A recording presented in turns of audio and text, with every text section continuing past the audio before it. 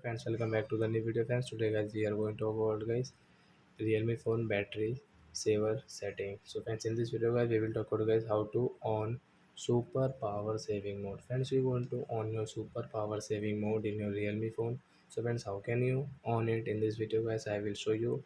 And guys, how can you use guys your super power saving mode setting? In this video I will also tell you. So friends, first of all open your phone setting, then guys scroll it.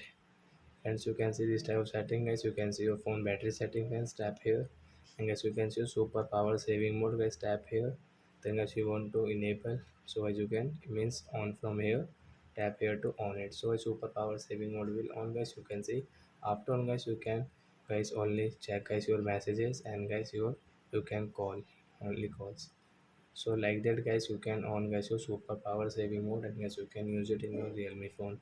So I hope friends you have understood how to on super power saving mode in a realme phone.